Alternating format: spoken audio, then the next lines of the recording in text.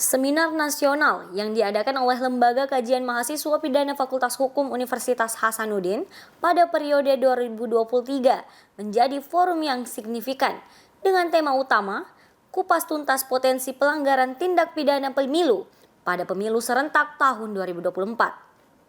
Acara ini dihadiri oleh tokoh-tokoh penting, termasuk Dr. Ratnawati SHMH yang mewakili Dekan Fakultas Hukum, Profesor Dr. Amir Ilyas SHMH, seorang guru besar bidang hukum pidana Unhas, Profesor Dr. Armin Arsyad SIP MSI, guru besar bidang ilmu politik Unhas, Muhammad Syalsabila Ikhwan, Ketua Umum Lembaga Kajian Mahasiswa Pidana periode 2023, Fakultas Hukum Universitas Hasanuddin, Dr. Nur Aziza SHMH, Ketua Departemen Hukum Pidana, dan Upi Hastati dari Komisi Pemilihan Umum Provinsi Sulawesi Selatan.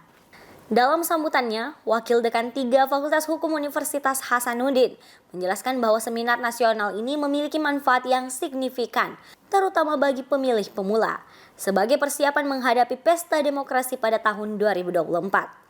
Materi pertama yang disampaikan oleh Profesor Amir Ilyas dengan judul Memprediksi Tindak Pidana Pemilu yang Terjadi pada tahun 2024. Mengulas 2 cara untuk memprediksi potensi kejahatan, yakni evaluasi pemilu sebelumnya dan implementasi upaya preemptif, preventif, serta represif. Tindak pidana pemilu pada 2019 menjadi fokus, terutama yang terjadi selama masa kampanye. Jadi tujuan dari seminar nasional ini yaitu menjadi wadah bagi kita, yaitu mahasiswa Fakultas Hukum, dan menjadi wadah juga bagi masyarakat umum mengenai pelanggaran tindak pidana pemilu, karena berhubung tahun 2024 ini kita akan adakan pemilihan umum serentak. Ketua Panitia Gita Kamalia Ramadhani menjelaskan tentang penyelenggaraan seminar nasional yang mengundang banyak partisipasi dari mahasiswa, khususnya mahasiswa hukum. Pada konteks pemilu 2024, isu seputar netralitas muncul, terutama terkait dengan keputusan Mahkamah Konstitusi yang menyatakan lolosnya Gibran sebagai calon wakil presiden. Keputusan ini menimbulkan kekhawatiran akan potensi politisasi, birokrasi, kecurangan, dan kurangnya netralitas ASN, serta independensi penyelenggaraan pemilu.